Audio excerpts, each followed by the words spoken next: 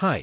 In this video, we'll guide you through the process of raising contract requests via the client portal.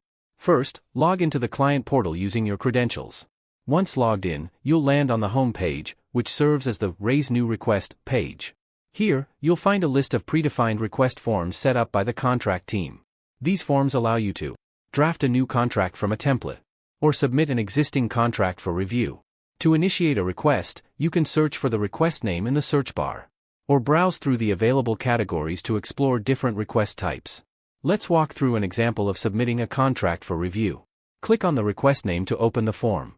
Fill in the required fields, such as contract name, expiry date, involved parties, priority level, description. Attach the contract document.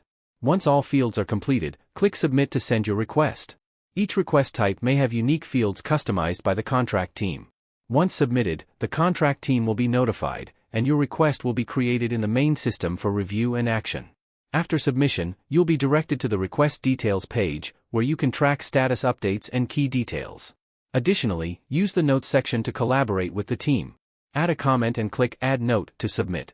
The contract team can respond directly, and you'll receive their replies within the same request page. You can find all request-related documents under the Attachments tab. Here, upload additional files if needed and select any file name to preview it or take further actions. The Approval and Signature tabs allow you to track the approval process and monitor the contract signing status. All your submitted requests are then accessible under Contracts in the left side panel.